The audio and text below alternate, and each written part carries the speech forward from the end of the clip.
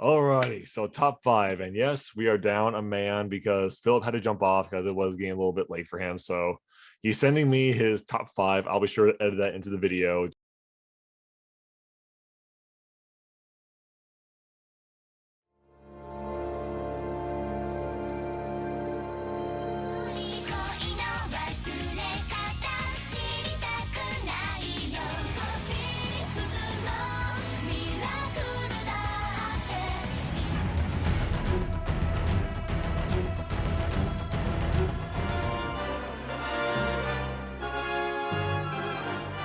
So, top fives for us.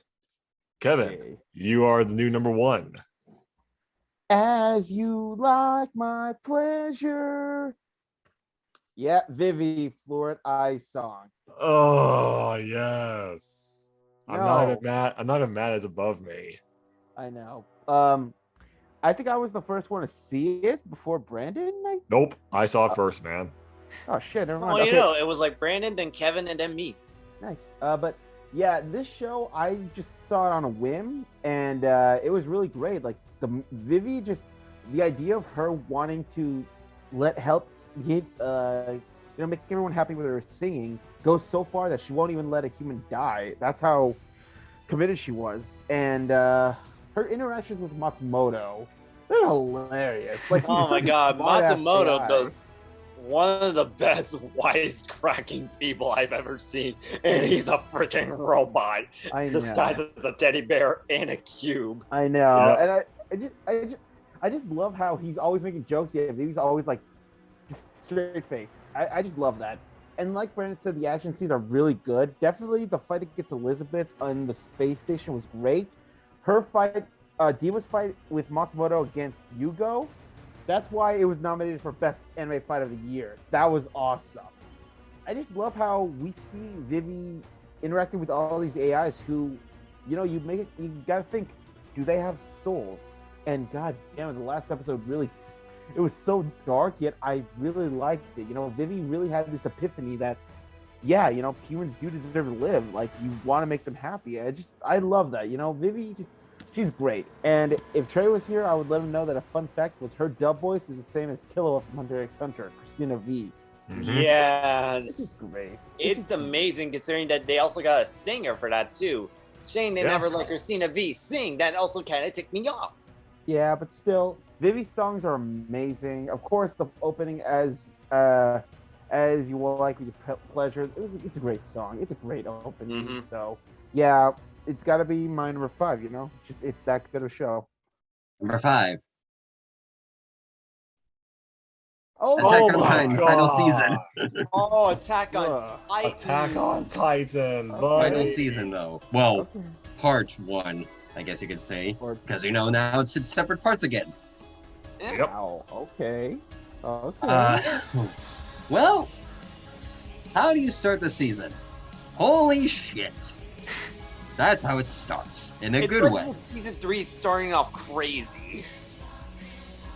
Well, the final season starts even crazier. We Oh, yeah, see they jumped the shark like at the beginning of episode 1. pretty much we see the I always forget the name of the place. Well, pretty much we get to see the I guess you could say like the continent or the country Yeah. who sent the Titans to To kill Aaron's the island. Elvidians. Yep. And you know what you know what he wanted to do? He did exactly what happened at the wall. He transformed, he took the spotlight on an actual theater and started wreaking havoc. He killed everyone and he was going to devour all the Titans that were there. And we got to learn more about, and the thing is, we get to learn more about the Titans, how there were 9 original ones. And we get to see them. We get to see the Jaw Titan, we get to see the Beast Titan again, the Cart, the Warhammer. Oh, I love the Warhammer Titan. That looks awesome. It's just, like, it's so amazing we get to see this lore, despite all the shit that's been thrown at us. We get to see giant boulders pretty much pummeling a person in half. We get to see a poor young kid being trampled over by a panicked crowd. Yeah. And then Except, Sasha, no. I didn't do that to Sasha. Heartbreaking. Fuck Gabby you, did- Gabby. Gabby did nothing wrong. Fuck you. Hey. You're walking on eggshells right now. At this point, Aaron didn't do anything wrong. Oh no, do not get me started on the motherfuckers who are justifying genocide. Oh, on I YouTube. will. I will if you cross that line with me, buddy. I will. Come on. Brandon, we'll go on Titan on Trey's ass. Basically, we kind of see how things are getting darker for the moment. How Aaron, basically, he sees himself like as a villain in a way. Like he doesn't care if people like idolize him or fear him. He's just like, well, I'm going to do the exact same thing that they did to us. I'm going to wreak havoc, and I'm going to make them pay for that. And I'm going to make them pay for having their titans devour my mother. Especially during the last few episodes, Woo, where boy. Oh he my meets Ymir God. and pretty much becomes the new founding titan. And The attack unleashes, Titan. and unleashes the rumbling. Oh, that was still- awesome. I still couldn't get over the rage that Aaron freaking traumatized both Mikasa and Armin. But holy hell, that is probably one of the best scenes in that series.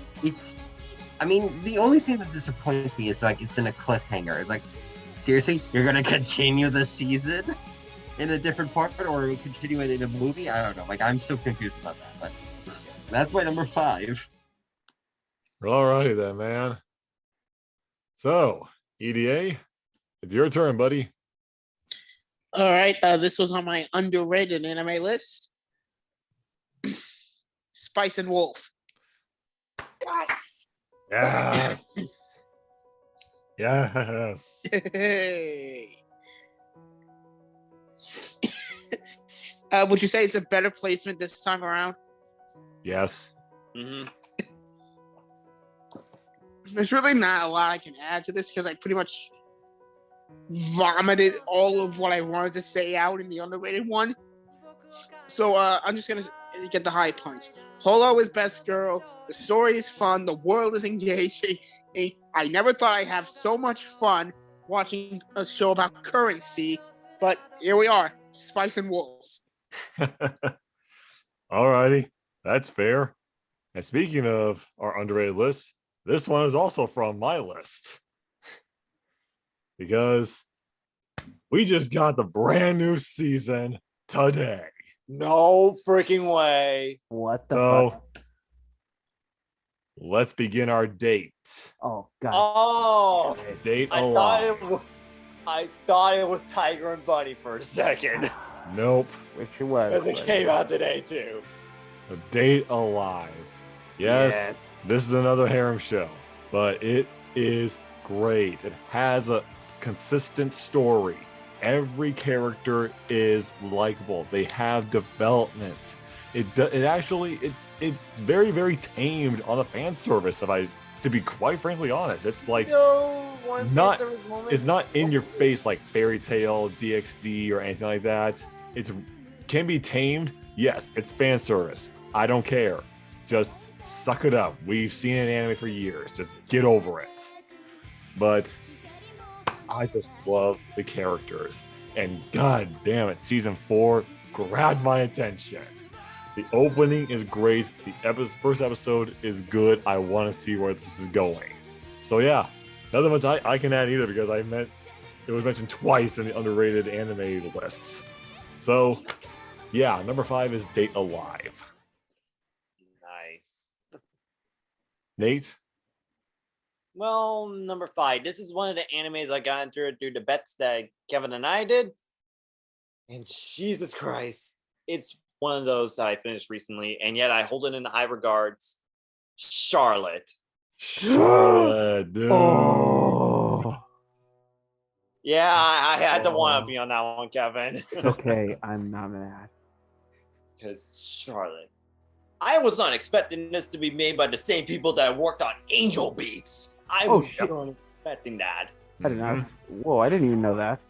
Yeah, I just found that out after I finished the series. Nice.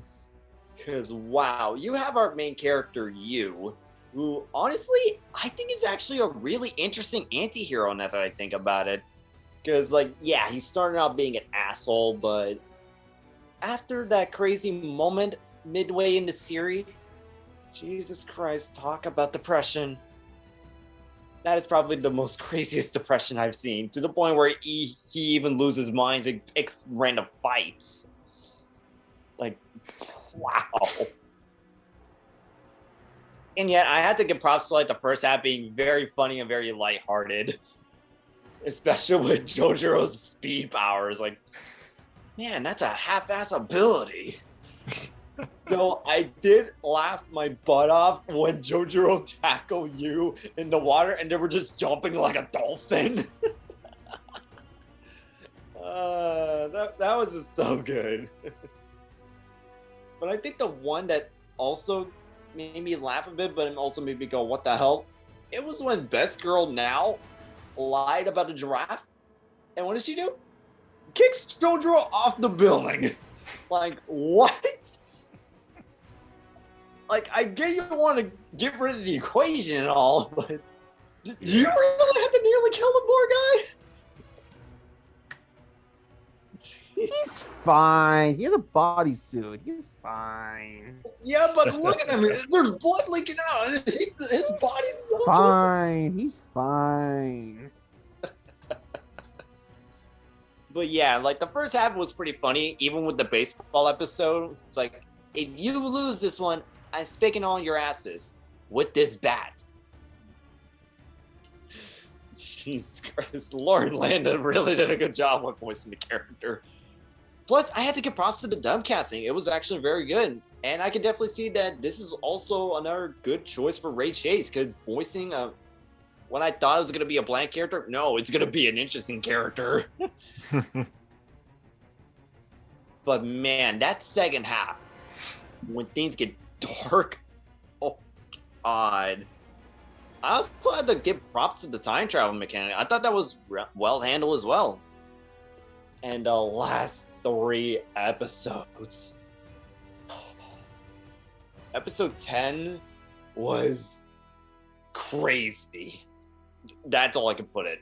Episode 11 and 12 got really depressing. And very teary-eyed too. Like, it gave me similar vibes to Angel Beats too. I can't add much to it since Kevin already covered most of it. So yeah, that's my number 5, Charlotte. Alrighty. So Trey, number 5. Recent one. Rika is best girl. Fight me. Wait, what? Jujutsu Kaisen 0, the movie. Does that even count? This guy's just cheating. It doesn't. It's not count. It's not cheating. It's technically anime. But it's cheating, Brandon. It's cheating. He's cheating. Fuck it. Yes. I despise you. This is what happens when you betrayed the Brotherhood of JJK. Okay, one thing I love about this movie is how, like, people praise it before for this same reason, but I'm going to say it here. It is so easily accessible. Like, you don't need to watch Jujutsu Kaisen to be able to enjoy this movie. This movie serves as a good introduction to the series on its own because technically it came first. Jujutsu Kaisen, yes, it's not even just a prequel. Technically, Jujutsu Kaisen is a sequel series to the original 4-shot manga, Tokyo Metropolitan Curse Technical School. Mouthful, I know, but still.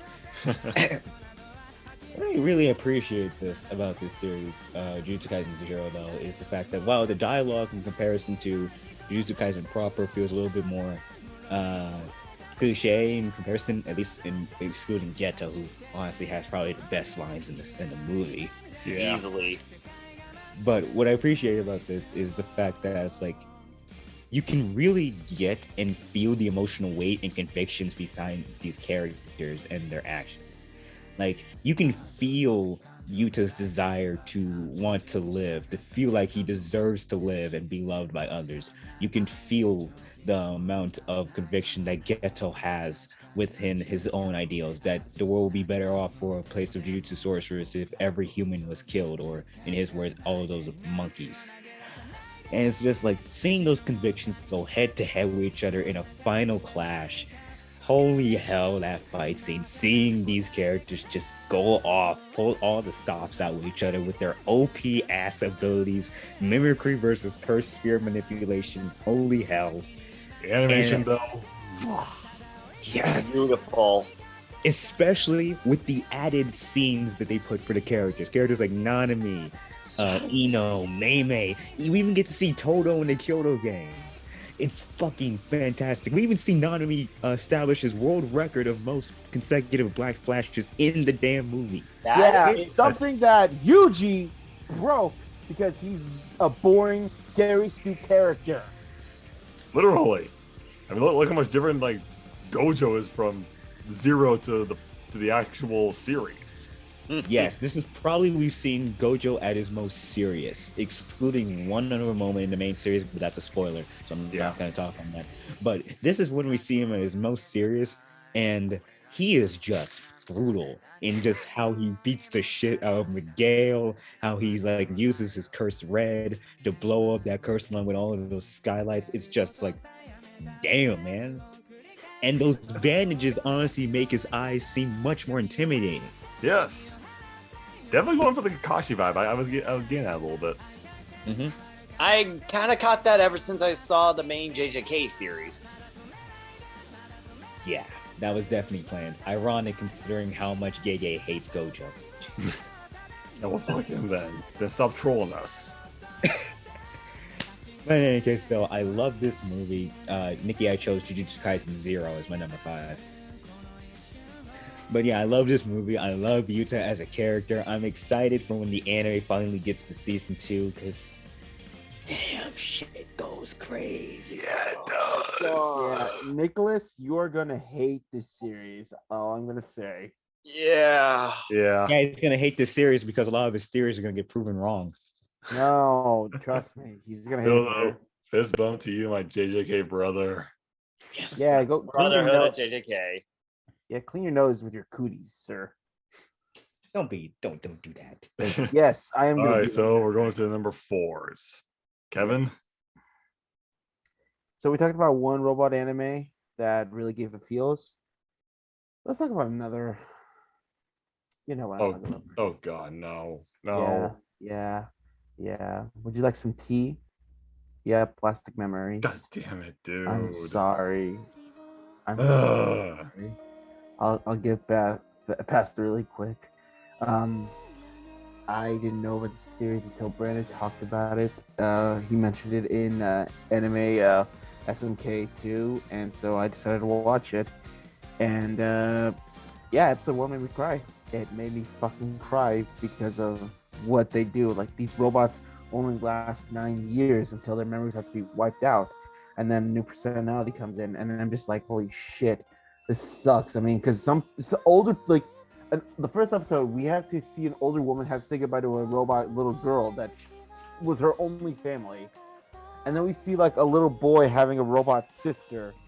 Just, it was heartbreaking. Like, just seeing this shit happen, and seeing Tsukasa, newbie, trying to understand this world with his new partner Isla, who is so distant with him, and you just see them slowly grow a bond, and then Tsukasa realizes Isla only has a few months because she's almost hit her limit, and so he tries to make the most of it. And then we learn why Isla's so distant with Tsukasa, and it's so fucked up. Like this show really, it hits the feel so hard. Like, when Tsukasa confesses to Isla, like, there's this cute awkwardness, and then you realize, oh shit, they have a time limit. They don't have that long to be with each other. They barely have a month. It just, it hurts. Like, all of the characters are so funny and stuff, but then when they get serious, it fucking hurts. Like, dudes, I'm not gonna lie, I cried in the last episode because of the end where Tsukasa pretty much has to erase all of Isla's memories. I fucking cried. I hate it. Nate, you thought you cried when you're like in April with a letter. Yeah, There's a letter in this. Dude, it fucking sucks.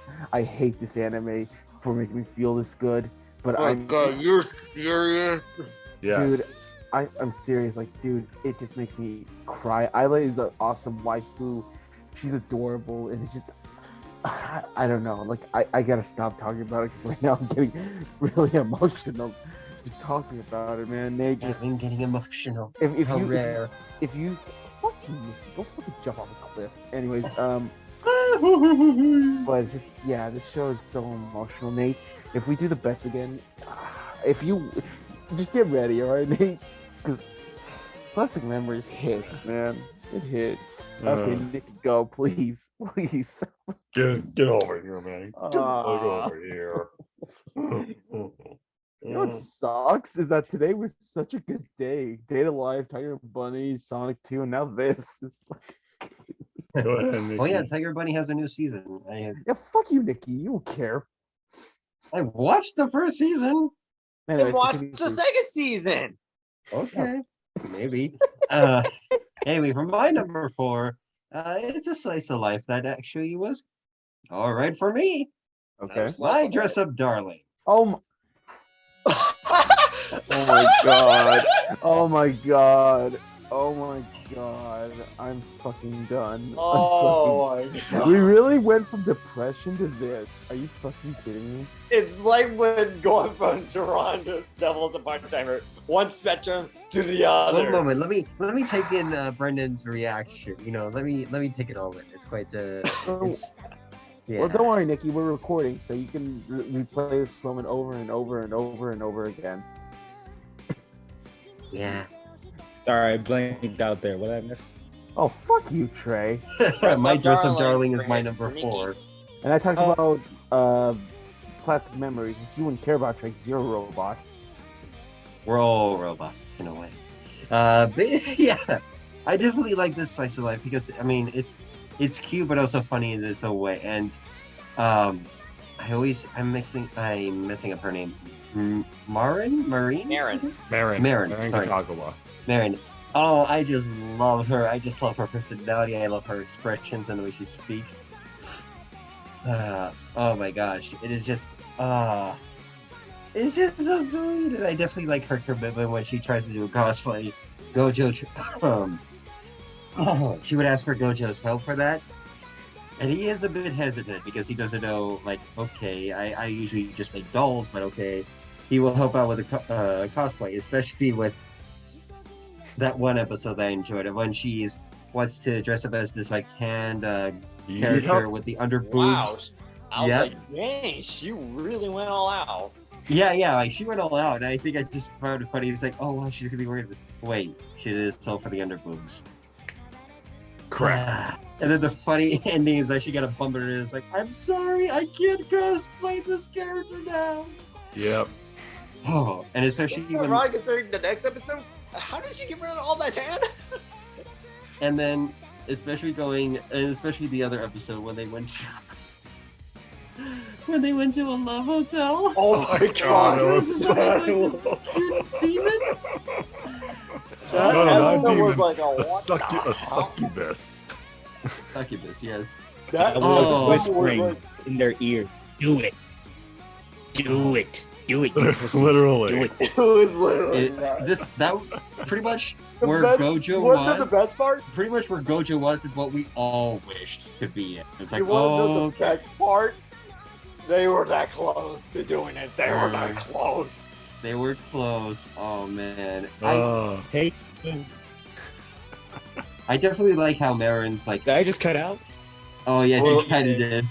Kind of did, but whatever. God damn it! Good joke. Wait, what happened? He I sounded like a robot Don't now. worry about it. Don't worry He about sounded it. a bit like a Go, robot, go, but then go. it sounded Go, like he was go, tipsy. go, It's like, Nicholas. well, I tell you this, Nikki. Sorry, Go, Nicholas, please, before I kill Nikki. it's a Trey.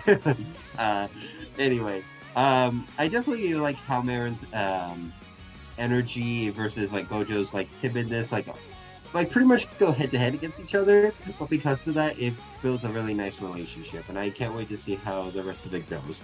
So that's my number 4. Yeah. Still.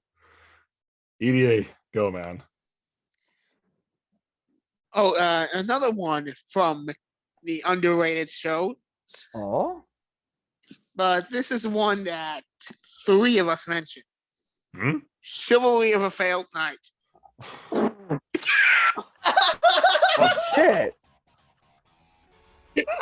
Well, oh shit. Okay. Fuck EDA. What the fuck? What the fuck is this doing on this? And now he's bringing on his cousin. Swear to God, if fucking Brandon says that High School DxD is number one, I'm gonna lose my shit.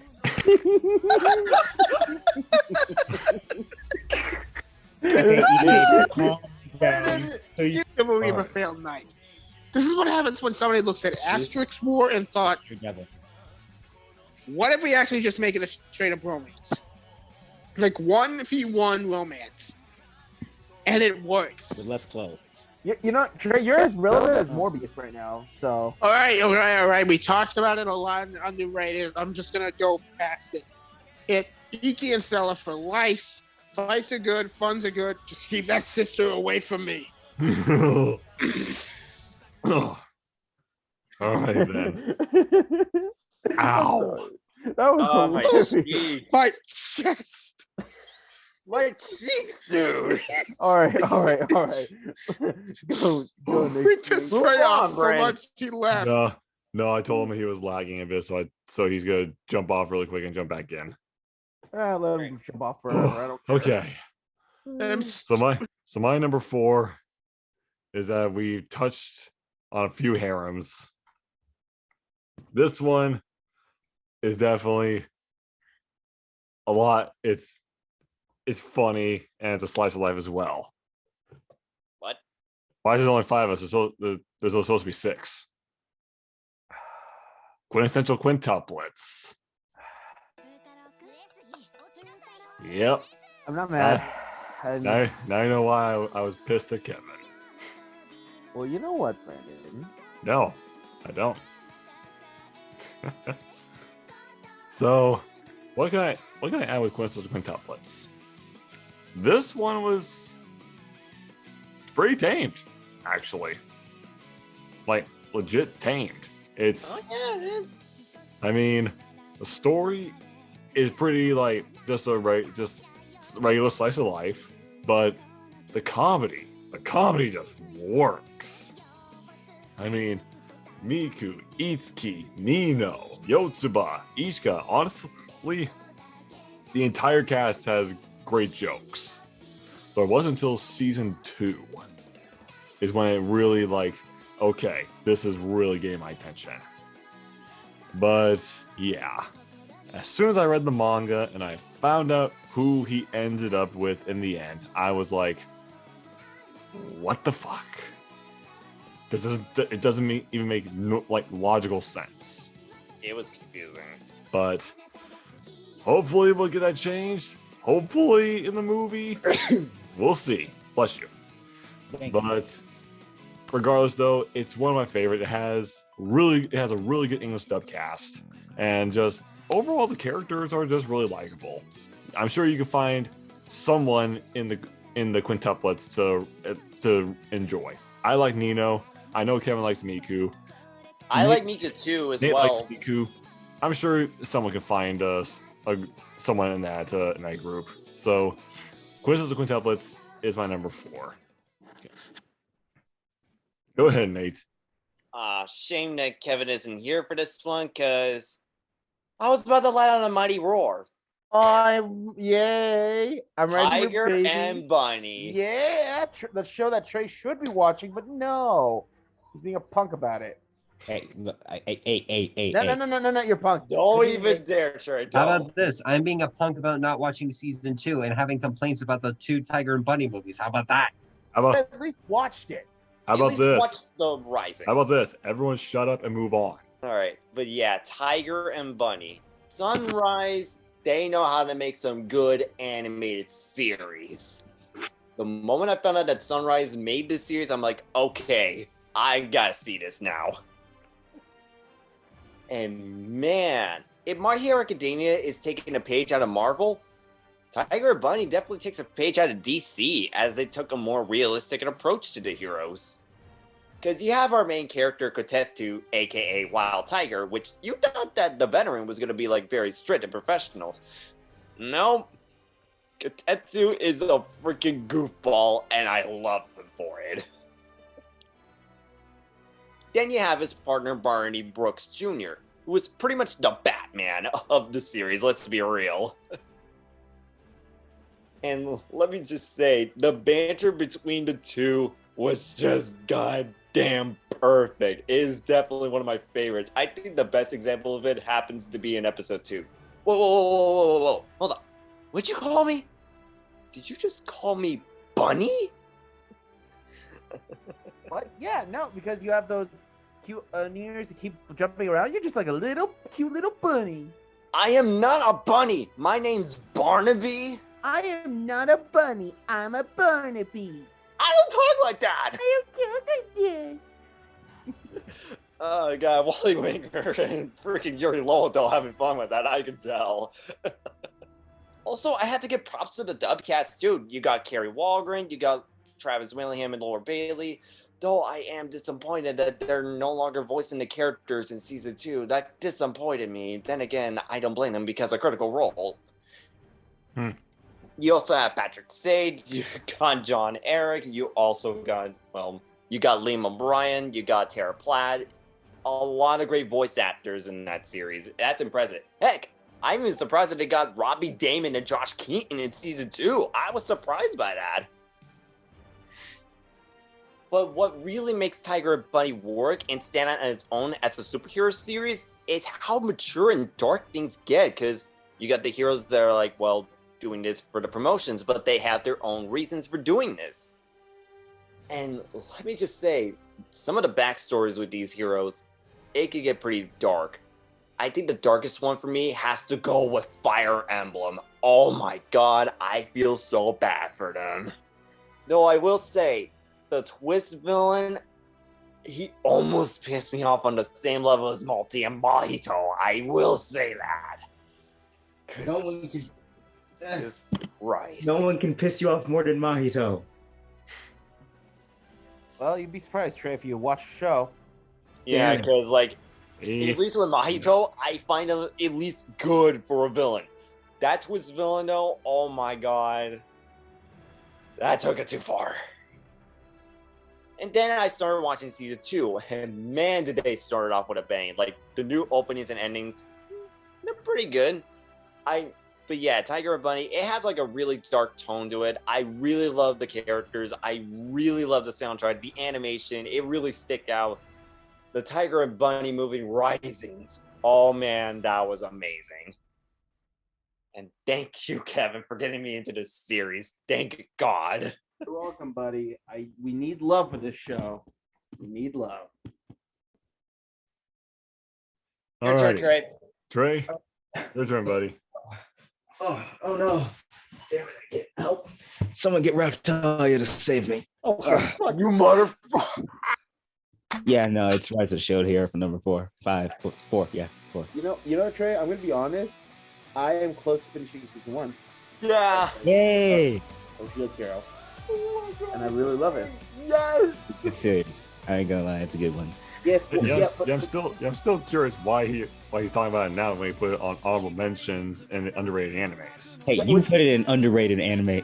You chose underrated anime choices too for this list. Okay, I can choose mine. yeah, but the problem is, Trey, how is that? Oh, no, never mind. Yeah. Look, underrated go on. means attention, not quality. And this is a good show. This is a good series. This is probably the first isekai I saw that did not make me want to bash my fucking brains against the wall. Well, I mean, I sure hope so. It took the whole world by storm when it came out. Yeah. Mm-hmm. Because like the way it starts out pretty basic, like honestly, like which is purposeful. It's a purposeful setup. Like, you know, like multiple characters of different varying archetypes you've seen before in isekai, like the Kirito type, the lone wolf swordsman, whatever. The cocky charmer ladies dude, like the guy. Don't you mean like Subaru 2.0 because he's a freaking dipshit? Yeah, like I was gonna compare him to No Game No Life character, like based off of that, except negative, but whatever. Oh, And then you have the guy from A World with Powers already, and like he's like a know-it-all smug ass bitch. Yeah. Then you have Naofumi, who's easily the most normal of the bunch and most excited to be like, yes, I'm an easy guy, I can get some girls. Why do these people hate me for having a shield? Why is no one in my party? Why is my only party member accusing me of this part actually sucks. That shift alone, that's what got my attention. It felt so fucking jarring, but it was definitely set up. Because like if you rewatch it, you can definitely pay attention to the cues given and just how they talk, like how the king like addresses the sword, spear, and bow heroes, but completely ignores Naofumi and shit. Like you can tell like in just these minor cues, like they do not like the shield hero and they're just working for his downfall. And seeing him just go from this idealistic kid to being resentful and borderline misogynistic and so like in like a moment like that, you're like, shit. I mean, I understand why, but shit. Like he straight up resorts to fucking slavery, which if anything though, like the anime, it handles Naofumi's character in regards to that a lot better because in I think the light novels it gives some introspection to where he's and like manga too, like Jesus, it made him more of an anti-hero. Yeah, he's but like I love him for it. Yeah, I want to make women feel the same pain that I did, and I'm like, shit, man. But at the very least, in the anime, it's more blatant that he has standards at the very least. It's not that like he wants to deliberately cause pain. It just he doesn't give a shit about anyone else anymore. But it's nice to see Rocktalia and eventually Philo, best girl, fight me. Eventually, Her lolly, man. Whoa! No! We're not to do that. No. Yes, we are doing Philo's this. a good character, but I wouldn't consider her a waifu. Hey, best girl is Bird Girl. Deal with it. Kevin, let's get the ratio to go freaking mouthing on his ass. Yeah. But the only downside I have for first season of Rise of Shield Hero is like, am I alone in thinking that in the second half it felt kind of in a sense? Like, and by that I mean like after they take down the church dudes, and Naofumi gets his name clear and shit. Like after that, No, just kidding. sorry. After that point, it feels like it just kind of slowed down a bit. Well, Like, So I it don't will know. pick up with the new arc. yep. I'm excited for it. I am genuinely excited for it. And like, I like the second half well enough. I'm just saying I was more invested when he was hated by the entire kingdom, I suppose. Yeah. Because Yeah, it's that's fine. I mean, we all have to have goals set for our characters. Mm-hmm. The only thing I pray for though is I hope the sword hero actually becomes like a deuteragonist. Because I actually like the dude. yeah, He's a actually more decent guy. bearable. He's a decent guy. I mean, unlike the bow and the dipshit, he's Yes. actually competent. Like, I especially hate the bow hero. Oh my Fuck that You're dude. not the only one. Trey, you want to know a fun fact? You want to know his dub voice? That's Ayato, man. That's freaking Ayato. So my hate is warranted. Yeah, dude. Fuck that dude. Oh my god, dude! Ayato's not that bad, dude. Moving on now. We're moving on to we're moving on to the big threes. Yep. Evan? Alrighty. I have one word for you fuckers. Zafkir. Yeah. Yeah, fuck you, Brandon. Data life. Look, Brandon, you know I had to, especially with the new season, okay? You know I had to bring in one of my favorite harem shows that Trey's gonna fall in love with and probably also cringe because, you know, it's too amazing and I mean, it made me go, what the hell? Yeah, but- and you're giving me shit, and for at least I might put in the top 5. Yeah, that's true. But no, you're fine. You're fine. But anyways, yeah, Data Life. I'll go real quick with it. It's a really fun series. The idea of actually making spirits fall in love with you is really interesting. Shido is a cool protagonist, maybe on almost on the same level as Toma. The spirits are really good. Toka is my best girl. Kurumi's my second best girl and best anti-villainess. Roka, best girl for me too. You know, Yoshino is alright as a lolly. Kodori's cool. Miku is awesome. The twins are awesome. Origami's pretty cool. Natsumi's alright, and then the new Spirit. The newest Nia. one, Nia. Oh my god, the fact that she's a manga artist and she's such a nerd, I love I feel like her. that Nia might be my second best girl if I catch up. I swear to God, Trey's gonna fall in love with her if you ever watch the season. That or he's gonna probably go with Yoshino. I don't know. Look, as long as they're having respectable personality and aren't like that bitch multi, I'm good. So you admit Which means most of the girls in the series. So wait, Trey, you're admitting you're a lollipop. Okay, I got it. But anyways, the action's really good. The music's awesome. The movie's really good. My only judgment.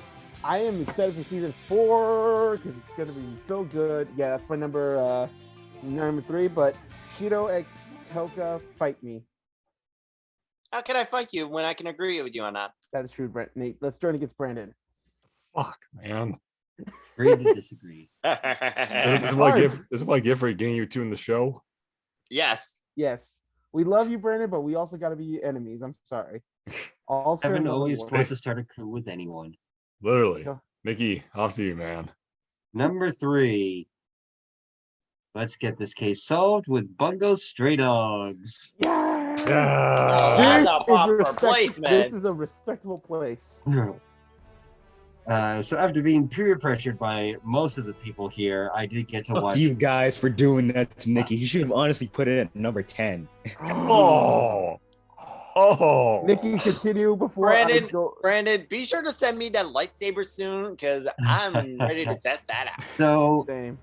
basically, I enjoyed it, but the thing for me when I'm watching it is like, so Danzai is the main protagonist. It's what I see in my perspective because I definitely like him and also Chuya and their rivalry together. So I also love his banter with Kunikita. It was so hilarious.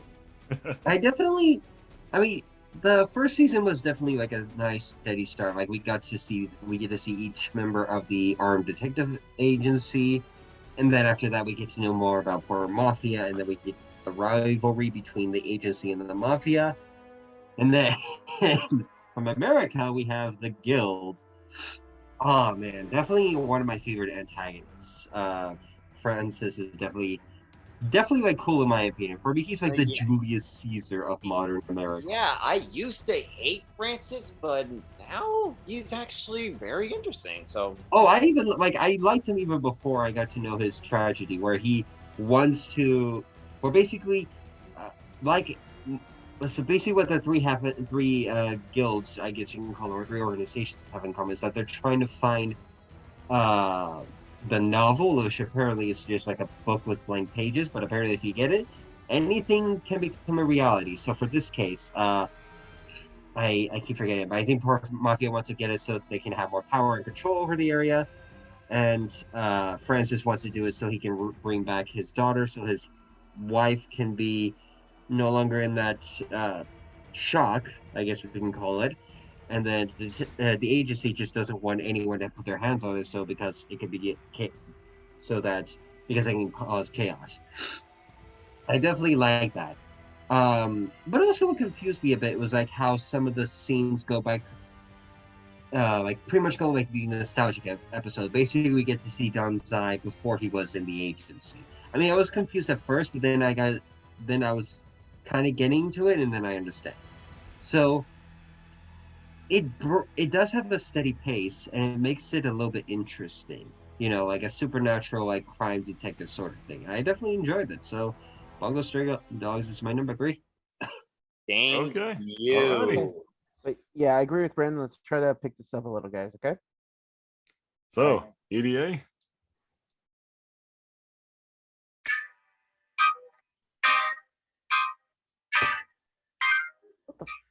What the? Fucking No kidding me. fucking way. No fucking way. What is that? That's the opening to Joran, Princess of Blood and Snow. Oh. Bitch. That was Tonikawa. Damn it. Yo, I don't even know what that is. No. Continue. All right, moving on, Trey. You can. Okay, press yes, later. it's another original anime. And dear God, does it tear at the heartstrings. Main character is, ironically, not named Joran. Her name is Sawa. Mm-hmm. And her life is pretty fucked. survivor of a lone massacre that wiped out her entire family, forced to work as an assassin for the government. With a freaking super mode with a white crow familiar. Dude, this is insane. She's driven by revenge, yet somehow has enough of a soft spot to take in the daughter of one of her targets. Mm-hmm. And once she gets her revenge, yeah. See here, this is a minor spoiler. This is not a 2 season. She gets her revenge at like the end of the first act. Yep. And so you're like, and you know how in a cop show sometimes they catch the criminal, and you look and you think, all right, all's wrapped up, but then you look at the timestamp and there's still like 30 minutes left, and you're like, oh, there's no way this can possibly not fuck up. That's what happened in this show. Oh God, still hurts to even think about it now. So yeah, that's number 3. Some depression for you guys. I mean, we had depression earlier, so. Yeah, that's true. All right. Next. Yeah, but we're gonna probably stay in the depression area, Oh, you know? God. Oh Why? God. Because, yeah. It's an original. Oh no. Jiran, Princess Oh. of You Blood gotta and be Snow. shitting me. Brandon. Yeah, Brandon, Are you was serious? Metal Lincoln with me not Yeah. enough? dead serious. On my list. Right there.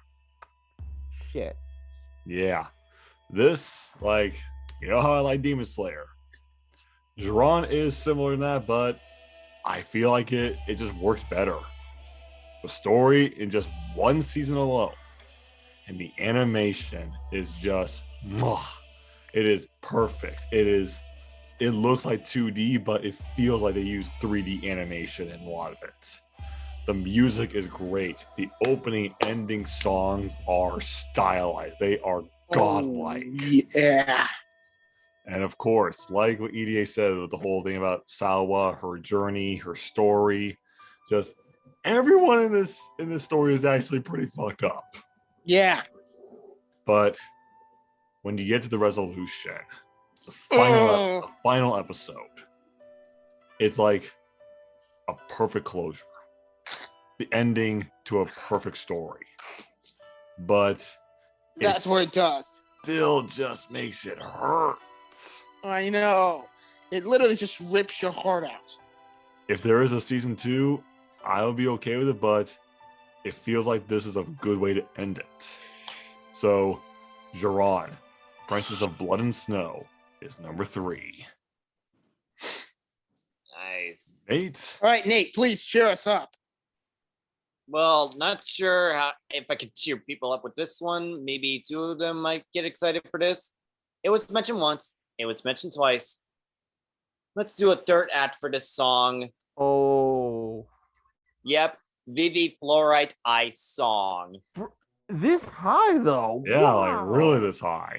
Yeah, Kevin, remember I ranked it a really good rank because of it. So. Yeah, 9 out of 10. I just didn't expect it to be like number 3, bro. Continue, please. Go ahead. Alrighty. This is a million times better than ReZero. Easily. And yes, it is made by the same creator. But what also surprised me is the animation studios. Wit Studios. Yes, the same studios that brought us the first 3 seasons of Attack on Titan. That was the same people working on that animation. Because, wow. The first episode introducing the world concept of AIs. And I was, no lie, I was getting major Terminator vibes and the Will Smith movie, I, Robot. It gave me both of those vibes. And man, did the later part of the first episode proved it right. Because we got to see Vivi, who was trying to be a good songstress. Like, she wants to make people happy with her singing voice. But then things turn a bit awry thanks to Matsumoto, who took the disguise of a teddy bear for some reason. Wait, what? Yeah, Vivi got like a lot of like teddy bear, and then Matsumoto just like transferred like his like whatever he did into that teddy bear. So it's sci-fi, man.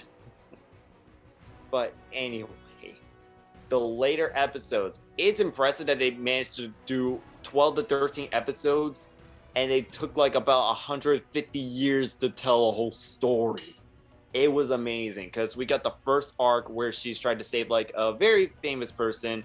That's where we really get that famous Terminator vibes. And no lie, I did like it when she pulled a homecoming move. That was amazing. Then you get to the space arc. Oh, sweet Jesus, it brought the second best fight in that series. And then you cut to the next arc, which is where things got depressing and got crazy. Because Jesus Christ, that twist alone caught me off guard. And then you cut to way ahead to the next arc, where we get to the best fist fight I have ever seen. Holy crap, that choreography was amazing. They had to use motion capture. They had to. That was impressive. Then we get to the last arc.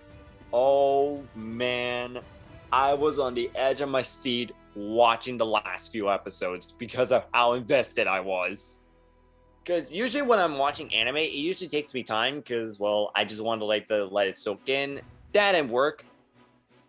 But Vivi is one of those animes where I decided to watch the episode immediately afterwards. It got me that invested. The animation is beautiful. The soundtrack is beautiful. The action sequences are top notch. The characters, they're very memorable. They're very likable. I love the sub and English dub cast. Both of them are good on equal footing. And I definitely love the dark tones, and I definitely love the storyline. If you're a fan of Terminator or iRobot, or just looking for a really good sci-fi, I definitely recommend Vivi.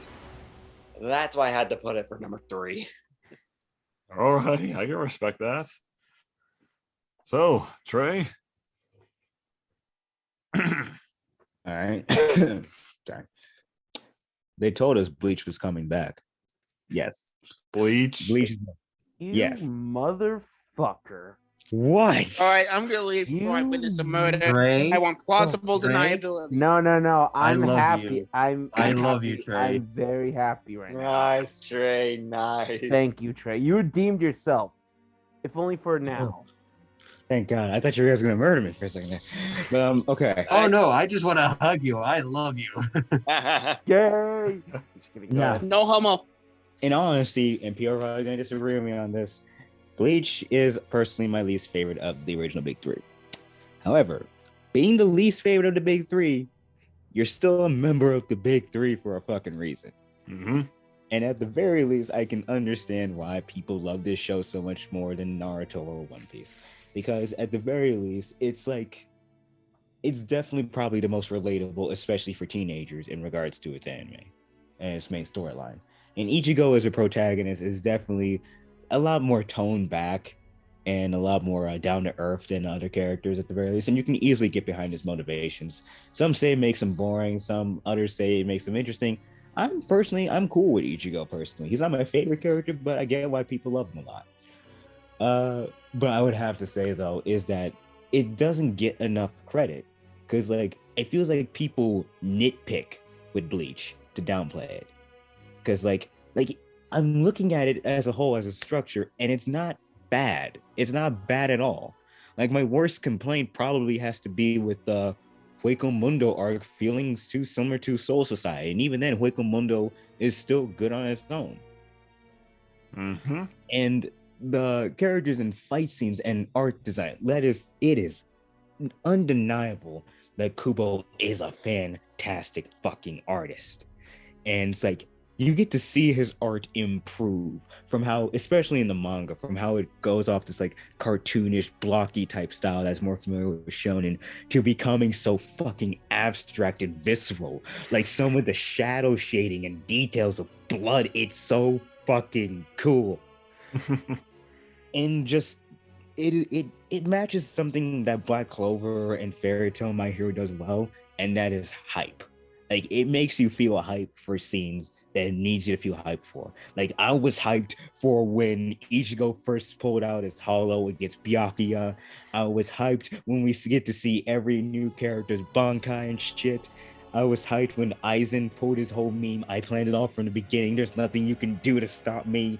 I was hyped when Ichigo grabbed his bitch ass face. Heck, I don't even mind the Fullbringer arc, even though technically I think Tsukishime, I believe his name is, a bitch ass villain, and Jinjo's okay. In any case though, as an anime as a whole, it's definitely up there and good. And it's like I feel like most of its complaints are just minor nitpicks, really. Although the 1,000-year Blood War arc was rushed, I am gonna agree to that. It was rushed. I don't blame Kubo for that though, but it was rushed. But besides that, in Alvarez Empire arc rushed. So, sorry, what, Nate? At least they had like Alvarez Empire arc and Fairy Tail. Oh, yep. No. That's different. Moving on though. Yeah, because at least Bleach killed off characters for good, at least. Mm-hmm. So, okay, now Right. number 2. Yeah, number 2s. You know, we all like Fairy Tail, right? As flawed as it is, it's still good. Let's go to space and board the Eden Zero. Yes, I'm serious, Trey. Yes, Eden Zero is my number 2.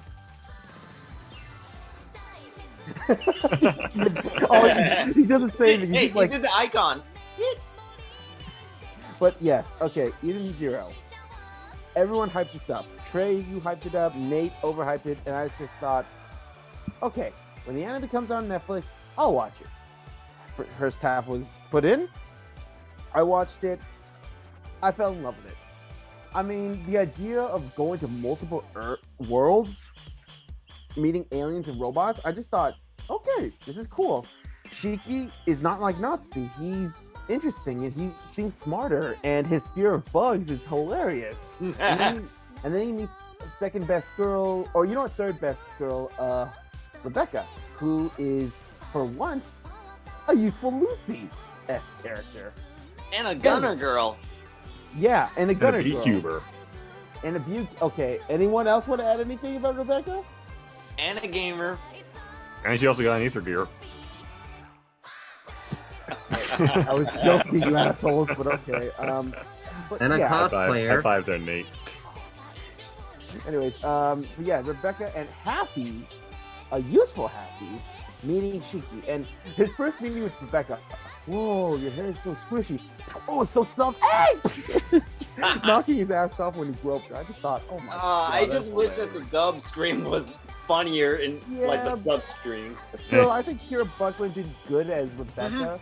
He But did like, improve in part 2. just like the emotion you get in the first episode when Shiki's robot village faked being mind controlled just to get him off their planet, I thought that was really, really sad but touching. And then we just get this space adventure. You know, we meet Y Steiner, which, okay, first of all, the whole time thing, it was confusing, but you know what? He's all right. He's an all right character. Yeah, episode 6 did a better job explaining it though. Yeah, Like, I mean, but Pino is an adorable little robot. same dub voice as Saya too. I know, it's adorable. And then we meet like the other robots, you know, Witch, Sister, That's Hermit. cool. I'm sorry, what? I'm sorry, You Craig, said did you say Sister Hermit? Ivory is Really? best girl. Yes, I love this chick. I love Ivory. Trey, I'm sorry, you said Hermit wrong. So Hermit's cool too, but Ivory's a dominatrix. So Nate, should we go tell him? what? let's tell him. What? Tell him. By all Wait, means, Nate, tell him. What did I miss? We'll explain later. We'll explain later, dude. Damn it. Alright, anyways. But it's just like, I like the action in the series. The music's pretty cool. The first opening, I think, is the best. Just, you know, Homura, of course, she's awesome. And then when second half came out, we saw Hermit. God damn, I feel so bad for shutting her off in SMK3. You know what? I kind of don't, because I love seeing your reactions. But yeah, it was just great. Like, the arcs were pretty good. Like, the only bad thing is that some of the villains were kind of boring, honestly. Like, The one villain in season 1 was freaking hateable. oh my god, Yeah. yeah. But yeah, it's just like the emotions in the show felt really good, and that dark ending just, oh my god, I am not ready. I'm not ready. Yeah, you are not ready. Oh boy. Yeah, overall, I'd give Eden Zero a 9 out of 10 right now. It's interesting. It's really solid for what it is, you know. And yeah, Shiki X Rebecca or Shiki X Homura. What the fuck? What? What the fuck? What do you mean, what? I know it's canon at this point, like it's gonna happen, but what the fuck? Like, what the fuck? I'm sorry, Trey. I'm sorry I broke your little mind, which isn't much saying much, but Nikki, go on before Trey has a mental breakdown. You guys better explain to me about that Ivory thing, though. What am I missing? She's I dead. have no idea what's going Just on. kidding. But for Just my kidding, number just 2, kidding. we're going to be going to an accelerated world because number 2 is Exo World. Excel World. What? Oh, wait. You Nikki, you put Excel World over Bungo. That is Yes. something. Yes. And there's nothing you can do about it. I wish I could delete your avatar right now, but okay, continue. Well, my avatar is invincible. Anyway, Haruyuki is pretty much this small, chubby high school student who's being bullied by Middle everyone school, else because, actually. Sorry, Nikki. Correction, middle school. middle school. Sorry, middle school because, he's a bit of an introvert and everyone's picking on him and all that such, which is, I mean, you feel sorry for the guy because, I mean, he's pretty much like most of us may have been, like we've been introverted and nervous and, like didn't want to fit in with society. So he's just like that, and he just wants to escape to like a world where he can fit in. And then thanks to Kurayuki Hime, his senior and pretty much his soon beloved, basically introduced him to this world called Burstlink, which is pretty much a virtual world where many others, but limited number of people can gain access to, because apparently it's a game, but at the same time it's a power, and it's limited. And the only way to basically restock that amount of the amount of uses you can use that power or enter into the game is by battling, which we get to learn a bit more about the world, and then we get to learn about the different nations and how who or what created this world, like what was the reason for this, and why is it these number of like kids or like young teenagers and adults that have control of its power. What was the purpose? We find that out like later on in the it looks like it's trying to figure out later on in the episodes, but at the time we see Haruyuki create his avatar Silver Crow, who was the first avatar to ever fly. And we get to see his growth. He just not in the game, but also outside. He becomes a better character. We see him getting relationships, and we see him and Kurayuki Hime forming a team in their own nation as well. So they're going to fight the other nations as well. I just enjoyed it, especially also the tensions and the fights. I'm just sad that there's not another season because it felt like it left with a cliffhanger. I want to see I want to see more of this. Like, it's so much fun. Yep. And the fact that this was made by the same creators for Sword Art Online, I'm like, guys, you should have started this one first because this is fucking better. Yeah. Nikki, you want to know something? There is a movie. Here's a problem. Half of it's a retelling of season 1. The other half has shit that doesn't even have in the anime. Oh, I do recall the Exo World movie. Oh, but also, there's an SAO X Excel video game.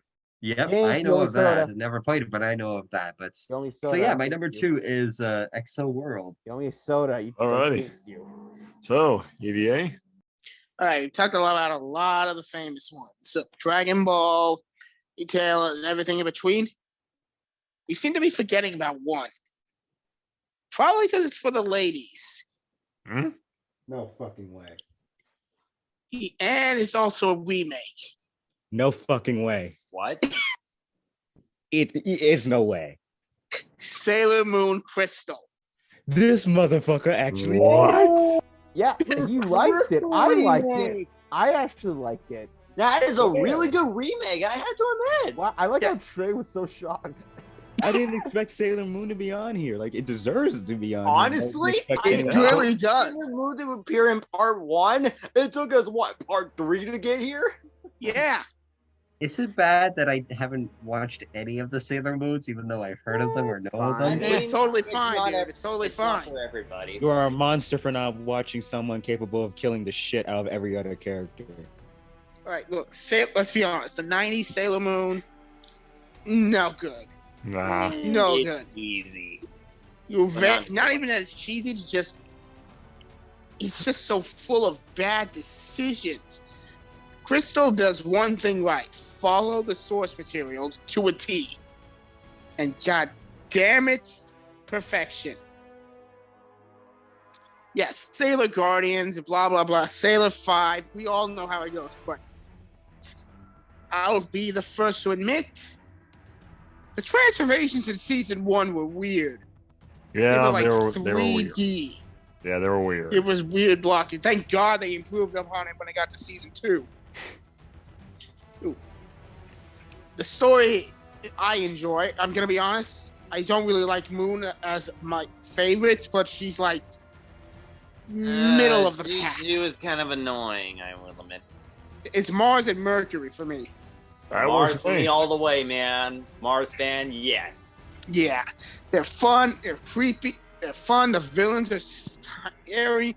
I don't know what the hell they're gonna do because after the movies, I've heard nothing from this.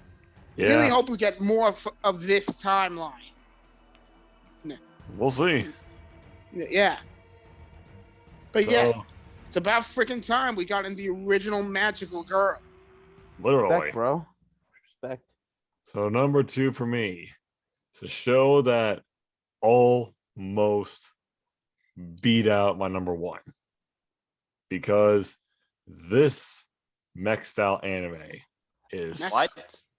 great. Oh yeah, that's right. I have an order from the Red Queen. Red Queen. 86. Yep. I did not expect to love this show more than I did. It is great. It is gritty. It is dark. It is literally on the front lines of a war. And that's what it focuses on. It doesn't give me all the shit and the politics and everything like that. I don't care about that. Show me what's happening. Show me why these people are fighting like this. And the first half of season 1 gave that to me. Oh my god. The group is just so great. I mean, for crying out loud, their leader is called the Undertaker. I'm just like, is he really that bad? Is it really that bad? Also interesting considering the dub actor is the same dub voice for Naofumi from Shield Hero. That's Yes. awesome. But coming around season 2, wow, did that take a turn? Like, holy crap, was that a turn? I mean, did anyone else feel like this was like, there was like no like lighthearted moments at all in season 2? I mean, the second half, like, it did feel like there was like a few lighthearted moments, but It's in between, but Yeah. that's slim. but then Very, very like, slim. like But like it's just fucked up. it's just, but also it's almost like you're seeing the battle on both sides. You're seeing, yes, the war, which is what I love to see. But you're seeing Vladimir Milize, the best girl of that, actually showing care for the soldiers, whereas her country doesn't give a shit about. Because, fuck it, they are just wasting material. Just Racist pieces of send them shit. off on suicide missions because that's what they're good at. Yeah. Fuck you guys. Fuck you. And goddamn it, the ending of season 2, Vladimir had a moment. Oh my dude, god, I- that was so I wanted to that made me cry with joy. Come on, give him that moment. Come on. Like Brandon, Nate, good news. I watched a video about the light novel. They do kiss, and it's They so do. hilarious. I know. Oh, Give us a season 3. This deserves it. give us. I mean, Need for to see crying that out loud, next year. it was nominated for best anime of the year. You don't do that if you're not talked about. Yeah. So yeah, I know someone else is probably gonna talk about 86, but it has to go at number 2 because it came so close to the other one. Oh, That is why it's number 2. respect. Thank you. Nice. All right, Nate. Go ahead, man. Mentally. Oh boy. I think I got an idea for an interesting thing. How about we go find Mother? Yeah. Oh, Yes, Mental Mental Link, Link. Eden Zero. Yeah. Trey, did you hear that? Oh no, he's gone. Never mind. Yeah. Whatever. I mentioned this in underrated animes, and it was my number 1. So most of you are surprised that it's number 2. But it doesn't take away the fact that I love Eden Zero. It is amazing. I needed this after Fairy Tail. And Jesus Christ, what Mashima did, it got dark. That's like, yeah, it started off very lighthearted, but it gets more dark and more dark and more dark and more dark. I'm like, Mashima, I know you want to do some new things and want to go past your limits, but Jesus Christ, none of us were ready for it. The manga's going crazy.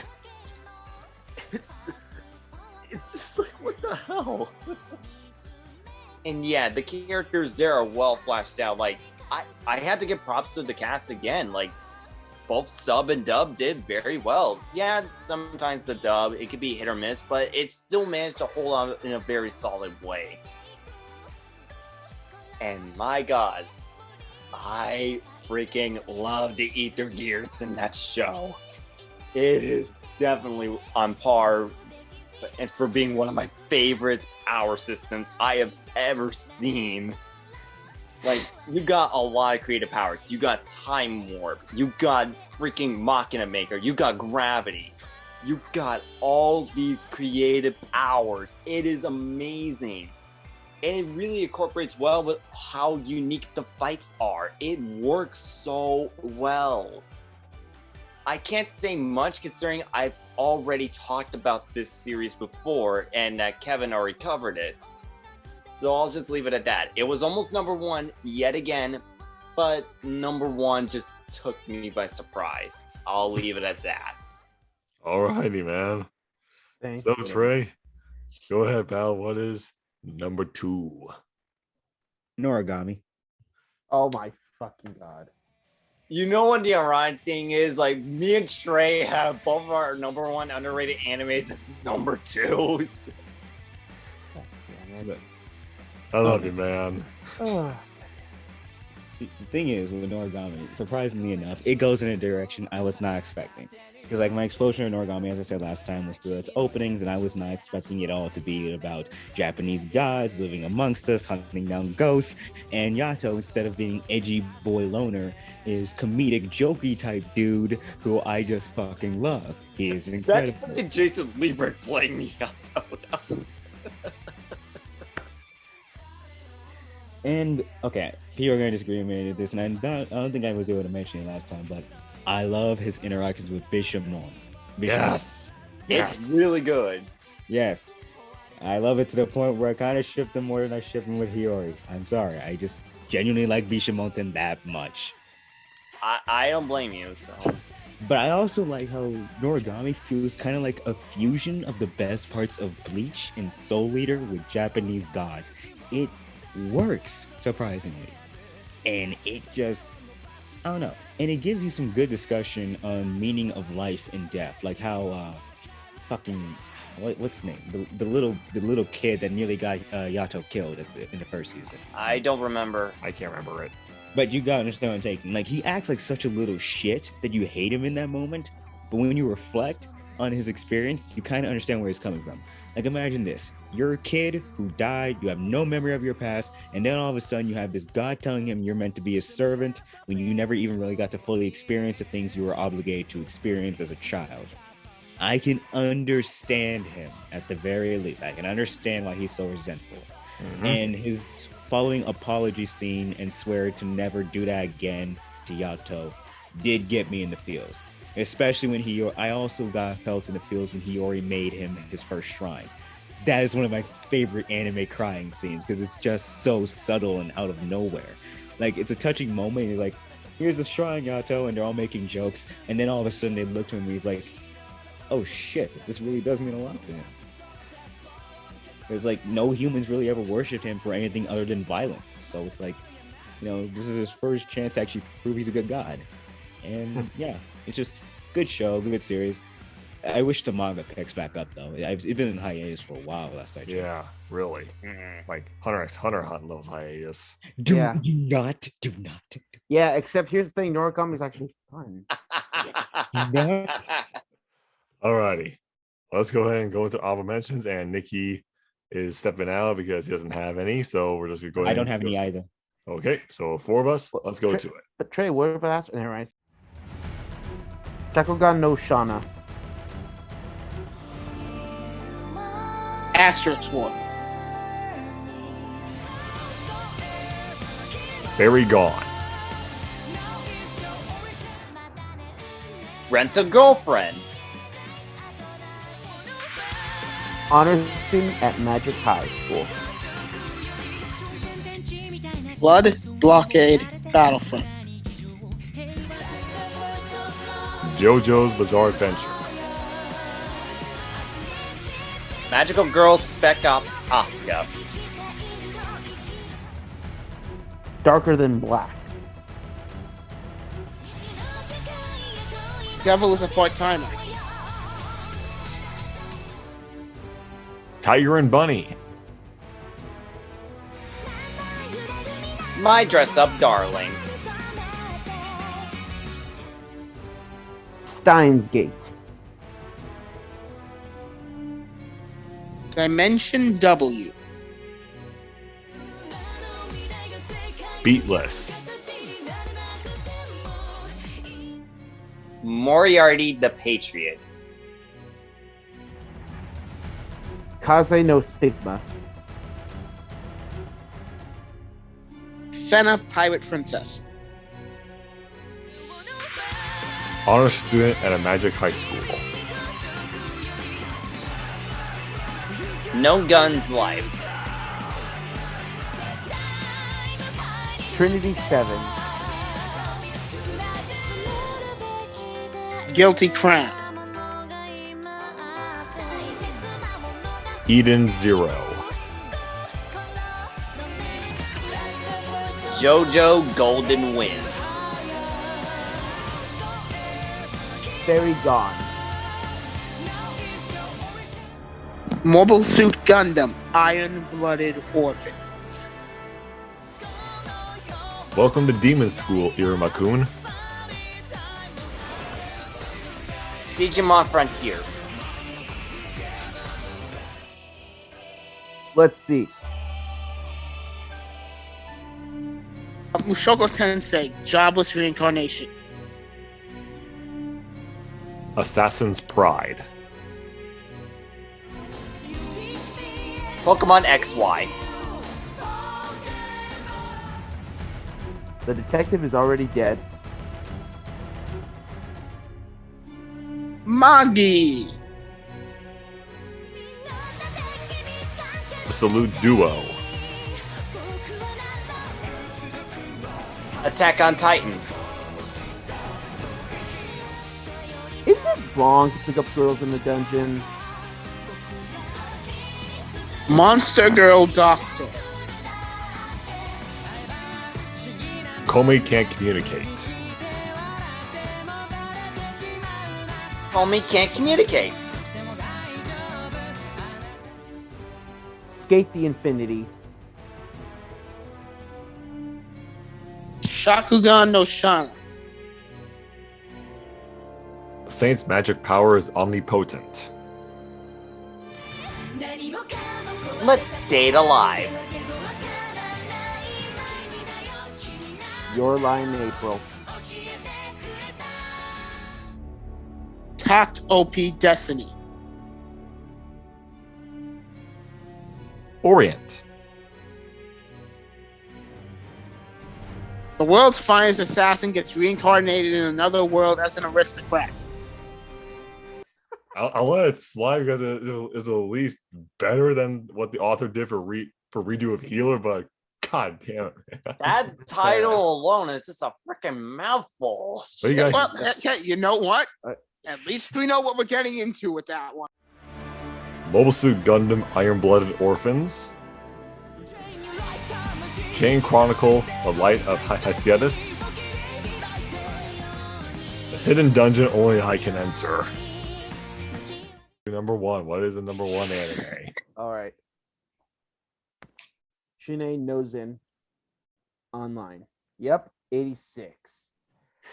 Oh my god, this show. Oh my god, when I first saw it, it broke my heart. Like, we get this group of young kids or teenagers like being sent to war with best girl Lena. Like, I just love the fact that she cares about these guys, you know, trying to get their names, but even she fucks up at times. You know, she's not perfect, and that's what I love about her.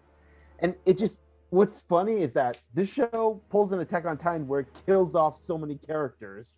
Like, literally, after, like, what, episode 3, we lose, like, 2 characters. I'm like, what the fuck? And as the episodes keep going, we lose more characters. We learn more about why the 86 exists. I'm just like, this is fucking racist as shit, and I love it. It's And like then- took a page out of Code Geass, too. Exactly, except it does it kind of better. But, oh my god, the second half of season 1, oh my god, after that little plot twist, I don't know how to feel. Like, everything just kept going. Shin's development was fucking amazing. Just him and Lena, just when they met, I almost cried. It's a great show. The openings are really great. Opening 2's a banger, and ending 1's awesome. Just, we need season 2. We need a season 2 because this show deserves it. So that's my number 1.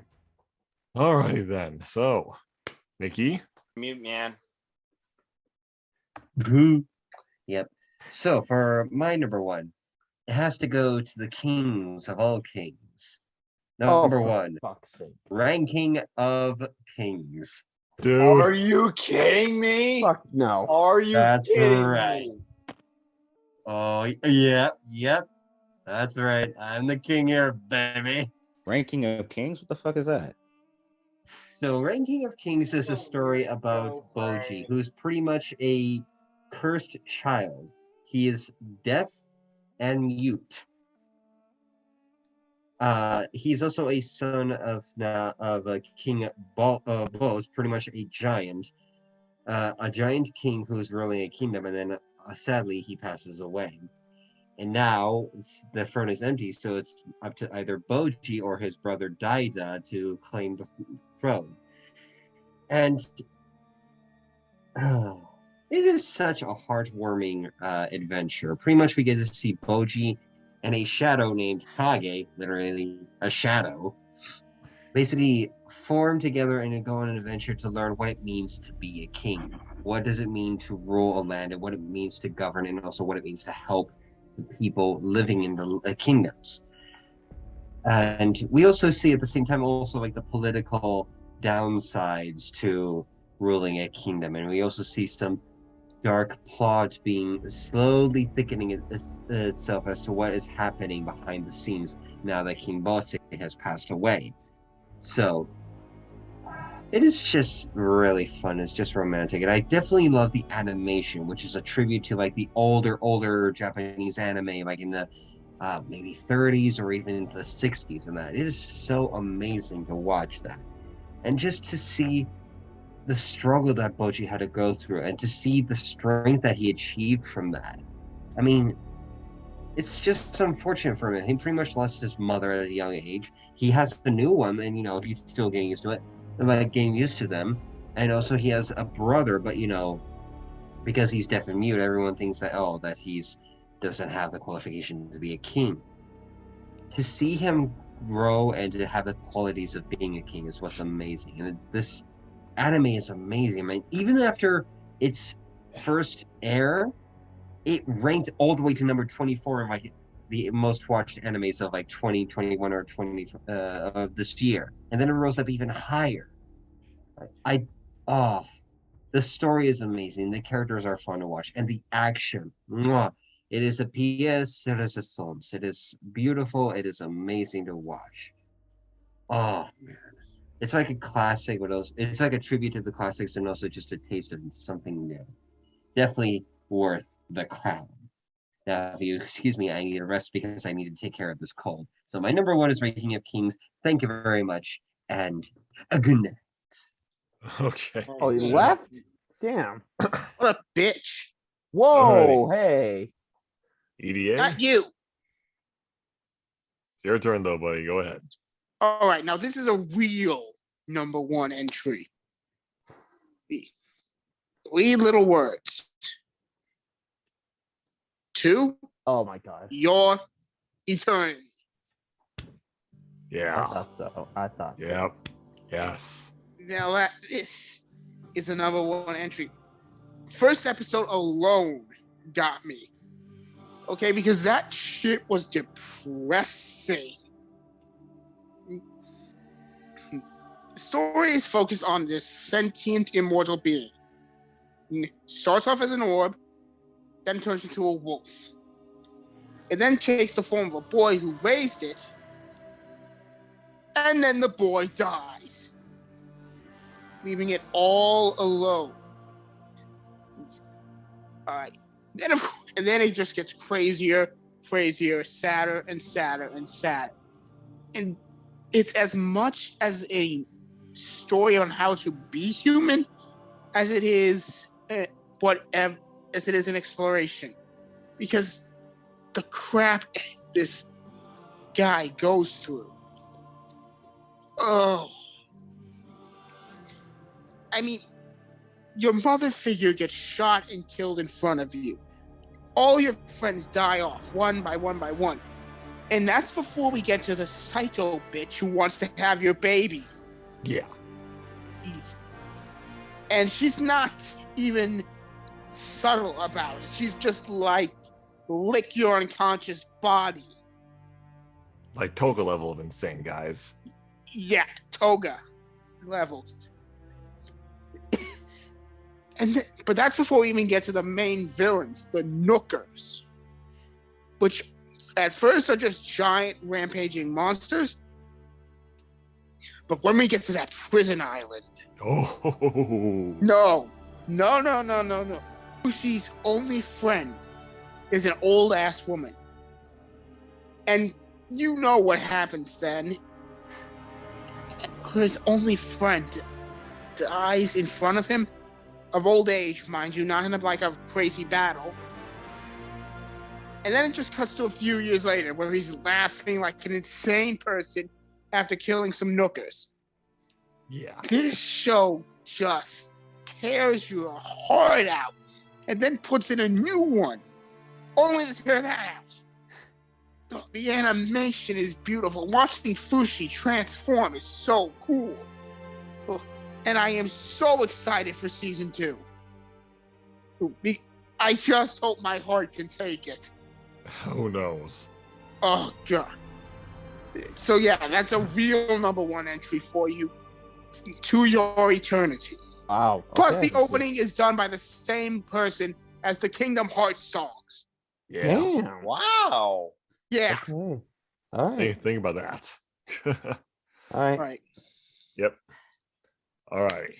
So this number one, it is something that is, I love this way back when, and the last part of this final season Mm-hmm. is something that you cannot scoff at, because the rumbling has begun. Attack on Titan. Mm-hmm. Respectable. Absolutely. Brandon, Because- no lie, I almost considered that for my number one, but I went with something else. You'll see what I mean. Yep. Because this show is the GOAT. It is the GOAT. The Cowboy Bebop Code Geass, you had your run. You had your run. But right now, it is all about Attack on Titan. Because they literally drop its name in the last episode of this part. It's the Attack Titan. They literally said that in the show. That is like, you don't usually see that. And plus, just the journey from season 1 to where we are now. Because I know I read the manga, not the best ending, but Mappa is doing something I think is right. They are trying to fix it, trying to give it a satisfying conclusion. And I just love the fact that they are giving this anime the respect it deserves. It is something that, like, yes, people can say it's overhyped. You can say that. I do not care. I really don't. I can say things about other anime that you know are overhyped that you probably like, and I think they're overhyped. Mm-hmm. So you can't excuse the fact that just everything about this journey is something to remember Attack on Titan by. Aaron's speech when he began the rumbling.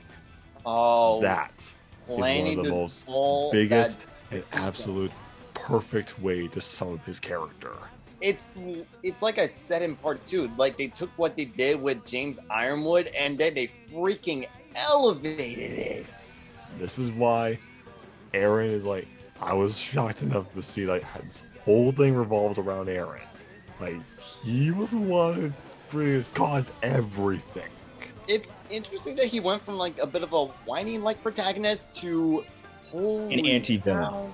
Remember to anti-villain that's like awesome. It's just like almost like a full-on chat at this point. That is crazy. But Time travel's a regardless, bitch. I knew for a fact that Mappa would not disappoint me because we only had one episode left. They cannot possibly try and fix that. So we're getting part 3 next year when we finally see the conclusion of Attack on Titan. That's why it had to go number 1. I give my heart to it. Nate? Alrighty. Well, this number 1, it's interesting how you mentioned Code Geass because this anime literally is the new Code Geass, and I can literally hold it into high regards. 86. Bro, Trey, fun fact, he actually replaced Fate Zero with 86 now. Yeah, because I originally had Fate Zero and Attack on Titan. They were good contenders for number 1. Look at his face. Dude, Trey, when you watch 86, you'll see what I mean. Oh No. He's seriously. Hey, Trey, this is payback, man. This is payback. God damn it. Go, Dave. Anyway, yeah. 86. I got into this after hearing about it during Weeb Wars Part 3. I decided to check it out. The first episode really got to me because it's literally a mixture of Code Geass and Attack on Titan. Because you have like the main characters, like those people for the 86 squadrons. I was like, oh, they're not like that. There's a reason why that name is freaking dark. Because that is the last standing unit. And then you have our main female, Lena, who ironically gives me like Major Weiss vibes and Satsuki vibes, and yet it works. Because, wow. I didn't get like the full racism part until like around one of the later episodes when Theato snapped at Lena. Because Jesus Christ. He did went a bit far with the rant, but at the same time, I can understand where he's coming from. Because the 86 suffered a lot, and the previous whites, they just like shrug it off.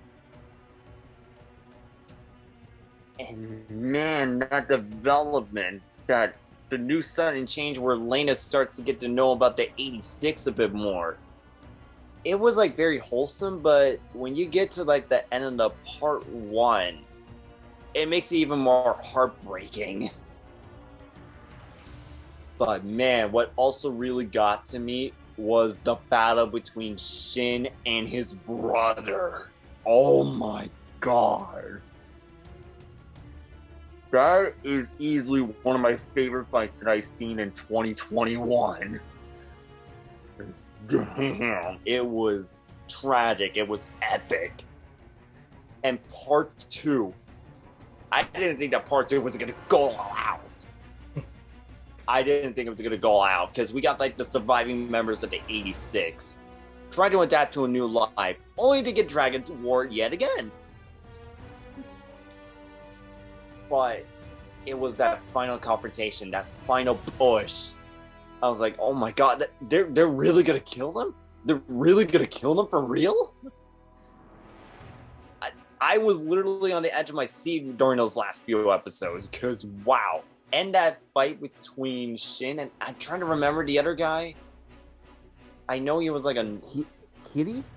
Yeah, it was like Kitty, I believe. Yeah. It may not be like the battle between Shin and his brother, but it was also up there too. Because damn, that was crazy.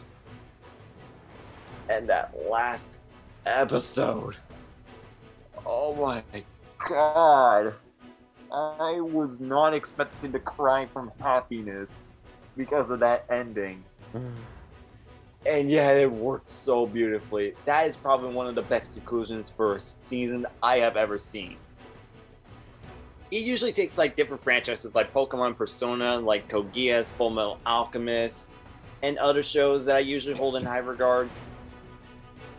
And I can easily say that along with Eden Zero, I can easily put 86 as one of the best animes I have ever seen thus far. That's why I had to put it at number 1. Also, props to the dub cast too. It's like you got freaking Angelina Shields paired up with Naofumi Inuwatani. That is awesome. All right, Trey. Wrap it up, Trey. All right, let's get straight to the point. Inuyashiki is not my number 1. God, you fucking asshole. What is it then? Fucking piece of shit. All right. Well, as I reached out up to the sun, I felt it within my soul that I knew as I stood at the base of the tower, that Tower of God is very underrated. Tower of God? No, he's fucking with us. I'm not. I like Tower of God. I don't blame him. It is pretty good, but wow. Like, dude. Okay. I'm not gonna lie, most of my love does come from the webcomic. However, I will admit this. While people complain about the lack of action, the Tower of God anime was a better adaptation of season 1 than God of High School. Yes. That is my honest opinion. And if anything, it does still sum up the important bits of what you need to know going forward. Like, as long as you know, Bam is obsessed with a girl, Kun is best boy, Rock is an amazing crocodile land dude, whatever. That crocodile guy is awesome. Androsi is surprisingly a good female character, and Rachel is an absolute bitch that deserves to burn in the depths of hell. Literally. But one thing I appreciate about it going forward from that point is how it just hits a lot of familiarity, yet it still constantly keeps you on your toes with its storytelling. Because like a lot of the story decisions in the webcomic, I was not expecting. Like I didn't expect Bomb to, minor spoilers for those not caught up, to fall to the depths of the damn tower, get taken in by a terrorist group, and forced to climb his way back up to his friends. Just going off of that alone, wow. And not to mention the amount of development Bam goes through, like from being the stereotypical timid, nice guy kind of everyone, to becoming more outspoken, determined, and even in some cases, ruthless for what he wants. I mean, I don't blame him after what Rachel did to him. Mm-hmm. It gets completely justified. Like, and when he next sees Rachel, like you're half kind of like disgusted by the amount of impact that Rachel still has in his damn life, but you're also terrified by his obsession with this girl that just does not deserve it. It's interesting to me, and its power system, God, like the bangs and Shinsu, it is a complicated power system. Not gonna lie, I don't remember everything about it. I know some of the basics still, but It's like Blaze Blue complicated if you think about it. Yeah, it is.